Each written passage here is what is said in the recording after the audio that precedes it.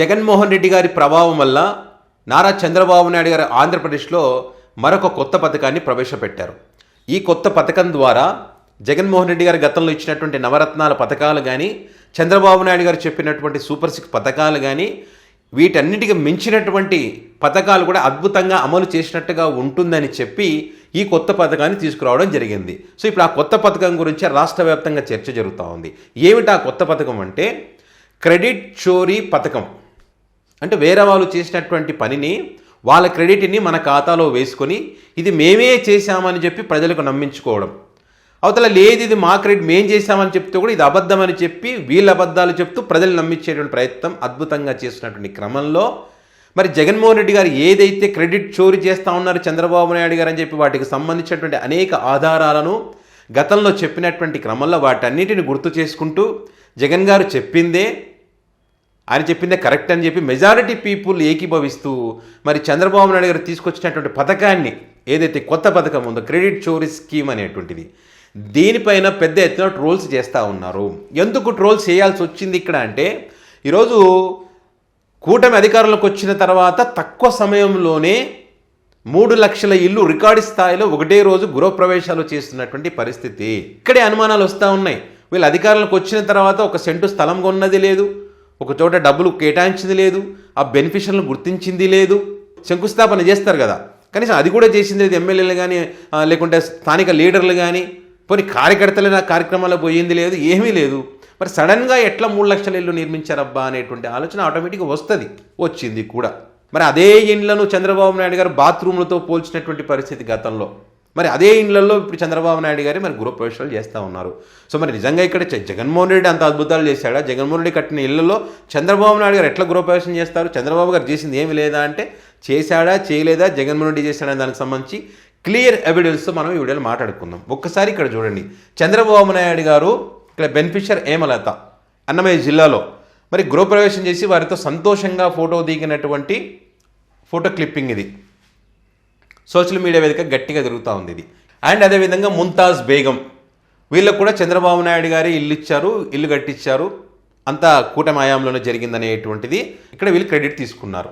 మళ్ళీ అసలైనటువంటి వాస్తవాలు ఏంటనే దానికి సంబంధించి మనం ఆధారాలతో మాట్లాడుకుందాం. ఇది చూడండి డీటెయిల్స్ అన్నీ. డిస్టిక్ అన్నమయ్య, మండల చిన్నమందడం, విలేజ్ దేవగుడిపల్లి, బెనిఫిషియర్ యొక్క ఐడి, బెనిఫిషియర్ యొక్క నేము హేమలత. అంటే ఈరోజు చంద్రబాబు నాయుడు గారు గృహప్రవేశం చేసినటువంటి ఇల్లుకు సంబంధించి ఆధార్ నేము మాలేపాటి ఈశ్వర. ఇంకా ఇక్కడ అండ్ అదేవిధంగా secretariat code, mapped user IDs, annexure ID, payment ID, ఇదిగోండి జియో ట్యాగ్ ఫొటోస్. ఇవన్నీ కూడా ఏ స్టేజ్లో ఏ రకంగా ఉందని దానికి సంబంధించి జియో ట్యాగ్ ద్వారా తీయబడినటువంటి ఫొటోస్ ఇవి. ఎప్పుడు స్టార్ట్ అయింది హేమలత ఇల్లు అనడానికి, ఇది 18/7/2022 బిఎల్ స్టేజ్లో ఉన్నప్పుడు 61,990 రూపాయలు వేసినటువంటి డీటెయిల్స్, పేమెంట్ డీటెయిల్స్ ఇవన్నీ కూడా. ఆయా స్టేజ్లలో ఏ రకంగా పరిస్థితి ఏంటి, పేమెంట్ ఎంత వేశారనే దానికి సంబంధించి పూర్తి వివరాలు. ఇక్కడ మెటీరియల్కి సంబంధించినటువంటి డీటెయిల్స్ కూడా. సిమెంట్ పీపీసీ వచ్చేసి అంత ఉంది, ఆ డేటు 21/2022. అండ్ ఆ తర్వాత శాండ్కి సంబంధించి 8/7/2023. ఆ తర్వాత మరొకసారి శాండ్కి సంబంధించి 9/7/2023. ఆ తర్వాత 2024లో సిమెంట్ పీపీసీ ఇచ్చిన దానికి సంబంధించినవి కానీ. ఆ తర్వాత ఇక్కడ ఆ డోర్లకు సంబంధించి కానీ, విండోకి సంబంధించి కానీ మెటీరియల్ కూడా ఇచ్చినటువంటి డీటెయిల్స్. ఇక్కడ date, FTR number, HFTR number, stage, payment యొక్క స్టేటస్, ఇదంతా కూడా డేట్ల వారీగా ఆ ట్రాన్సాక్షన్ వాటికి సంబంధించిన క్లియర్ డేటా కూడా ఇవ్వడం జరిగింది. ఇక్కడ Hemalatha, beneficiary name Hemalatha, stage ఏంటి, బ్యాంక్ అకౌంట్ నెంబర్ ఏంటి, పేమెంట్ జనరేటెడ్ డేట్ ఏంటి, ఇట్లా అన్నీ కూడా క్లియర్గా ఇక్కడ ఉన్నటువంటి వివరాలు. ఇట్లా హేమలత అనేటువంటి బెనిఫిషియర్కి సంబంధించి జగన్ గారి హయాంలోనే మరి స్థలం కేటాయించడం కానీ, పట్టాలు ఇవ్వడం కానీ, అన్నీ కూడా మెటీరియల్ ఇవ్వడం కానీ, డబ్బులు ట్రాన్సాక్షన్ చేయడం కానీ అదంతా కూడా జగన్ గారి హయాంలోనే మొదలైంది. మరొకటి ముంతాజ్ బేగన్కి సంబంధించిన వివరాలు చూద్దాం. అదిగో ఇక్కడ కూడా సేమ్, ఇదిగో డిస్టిక్ అన్నమయ్య, మండలం చిన్నమందడం, దేవగుడిపల్లి. ఇక్కడ బెనిఫిషియరీ యొక్క ID, name Mumtaz Begum, Mohammed Sharif father name. Okay, ఇక్కడ కూడా కోడ్ అన్నీ కూడా యూజర్ కోడ్ కానీ, సెక్రటరేట్ కోడ్ కానీ, దానికి సంబంధించినటువంటి వివరాలన్నీ కూడా ఉన్నాయి.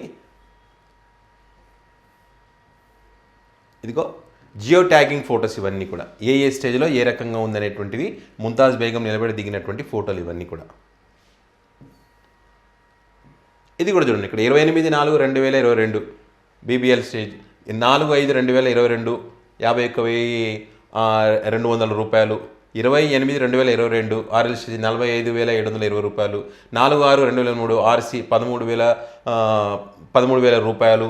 ఇట్లా ఆయా స్టేజ్లలో పేమెంట్ వేయడం జరిగింది. ఆ తర్వాత మెటీరియల్కి సంబంధించి కూడా సిమెంట్ పీపీసీ మెటీరియల్ లిఫ్టెడ్ తీసుకున్నది 21/6/2022. అట్లా మిగతాది మళ్ళీ ఒకసారి మెటీరియల్ తీసుకున్నది 9/12/2022, 27/11/2023 స్టీల్ తీసుకున్నారు. ఇట్లా శాండ్ తీసుకున్నటువంటి డేట్లు. సో ఓవరాల్గా జగన్ గారి హయాంలో స్టార్ట్ అయిందనడానికి ఇవన్నీ ఎగ్జాంపుల్స్. జగన్ గారి హయాంలోనే పేమెంట్ వేయడం జరిగింది. వాటికి సంబంధించినటువంటి ట్రాన్సాక్షన్ ఐడీస్ కానీ, యూజర్ ఐడి కానీ, బెనిఫిషియరీ యొక్క నేమ్ కానీ అన్నీ కూడా అప్పట్లోనే ఆ బ్యాంక్ స్టేట్మెంట్కి సంబంధించిన స్టేటస్ మొత్తం కూడా ఇక్కడ క్లియర్గా ఆధారాలతో సహా ఉంది. మరి ఇవే ఇళ్ళనే చంద్రబాబు నాయుడు గారు సమాధులు అన్నాడు, బాత్రూమ్లు అన్నాడు, ఆ ఇంట్లో ఎవరైనా ఉంటారా అని చెప్పి ఆ ఇళ్ళని తక్కువ చేసి మాట్లాడారు. మరి అవే ఇళ్ళని ఈరోజు నేనే చేశాను మొత్తం అని చెప్పి చంద్రబాబు నాయుడు గారు చెప్పుకుంటున్నటువంటి పరిస్థితి. అంటే గతంలో ఎవరైనా చేసి ఉంటే దానికి సంబంధించినటువంటి క్రెడిట్ ఇవ్వాలనేటువంటి ఆలోచన లేదు. గతంలో ఏ ఇళ్ళనైతే తిట్టారో ఆ ఇళ్ళనే కొనసాగిస్తూ మేమే చేశామని చెప్పుకుంటూ గృహ ప్రవేశాలు చేస్తున్నప్పుడు ఖచ్చితంగా విమర్శలు వస్తాయి రావా, వచ్చాయి కూడా. సో కాబట్టే జగన్ గారు చెప్పినట్టు క్రెడిట్ చోరీ పథకం చంద్రబాబు నాయుడు గారిది అని ఏదైతే చెప్పారో మెజారిటీ పీపుల్ దాంతో ఏకీభవిస్తూ ఉన్నారు. పైగా చంద్రబాబు నాయుడు గారు ఏమంటారు, అసలు జగన్మోహన్ రెడ్డి పేదవాడికి ఇల్లు ఇద్దామనేటువంటి ఆలోచనే చేయలేదనే విషయాన్ని ప్రస్తావిస్తారు. వాస్తవాలు మాట్లాడుకుంటే కనుక జగన్మోహన్ రెడ్డి గారి హయాంలో ఆంధ్రప్రదేశ్లో 72,000 ఎకరాలలో 30 లక్షల ఇళ్లకు పట్టాలు అందించడం జరిగింది. అది కూడా మహిళల యొక్క పేరు పైన వాళ్ళ గౌరవం పెంచే విధంగా జగన్ గారు అప్పుడు ఒక అద్భుతమైనటువంటి నిర్ణయాన్ని తీసుకొని వాళ్ళ గౌరవాన్ని పెంచారు అప్పుడు. అయితే ఇక్కడ 30 లక్షల ఇళ్ల పట్టాలు అందించిన తర్వాత 21 లక్ష ఇళ్లకు సంబంధించి శాంక్షన్ కూడా చేయడం జరిగింది.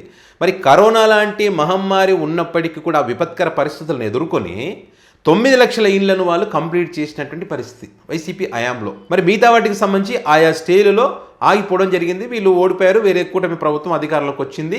ఆ అధికారంలోకి వచ్చిన తర్వాత ఆ ఖాళీగా ఉన్నటువంటి స్థలాలను కూడా మరి కూటమి ప్రభుత్వం వెనక్కి తీసుకుందని చెప్పి ఆ ఇళ్ల పట్టాలు ఉన్నటువంటి చాలామంది కూడా ఆవేదనతో కన్నీళ్లు పెట్టుకున్నటువంటి సందర్భాలను కూడా మనం చూసాం. ఇవి వాస్తవ పరిస్థితులు. మరి ఎక్కడ కూడా చంద్రబాబు నాయుడు గారు అధికారంలోకి వచ్చిన తర్వాత మరి సెంటు స్థలం కొనలేదు, ఎవరిని పిలిచి వాళ్ళకు నీకు పట్టా ఇస్తున్నామని చెప్పింది లేదు. మరి ఎమ్మెల్యేలు, మంత్రులు ఈరోజు గృహప్రవేశాలు చేసినట్టు గతంలో మరి స్థలాలు కేటాయించి అక్కడ శంకుస్థాపనలు చేసింది లేదు. మరి ఏ రకంగా 3 లక్షల ఇళ్ళు కట్టారో ఏ రకంగా వీళ్ళ క్రెడిట్ అవుతుంది అనే విషయాన్ని వైసీపీ పార్టీ కూడా ప్రశ్నిస్తూ ఉంది. సో మరి దీనికి సంబంధించి మీ అభిప్రాయం ఏంటి? అసలు నిజంగానే వైసీపీ చెబుతున్నట్టు జగన్ గారి క్రెడిట్ని చంద్రబాబు నాయుడు గారు తీసుకుంటున్నారా, లేకపోతే చంద్రబాబు నాయుడు గారు వచ్చిన తర్వాత ఈ 3 లక్షల ఇళ్ళకి సంబంధించి వీరి ఆయాంలోనే మొత్తం జీరో నుంచి ఇక్కడ దాకా వాళ్ళే కంప్లీట్ చేస్తారా అనేటువంటి వాస్తవ పరిస్థితులను కింద కామెంట్లో పెట్టగలరు.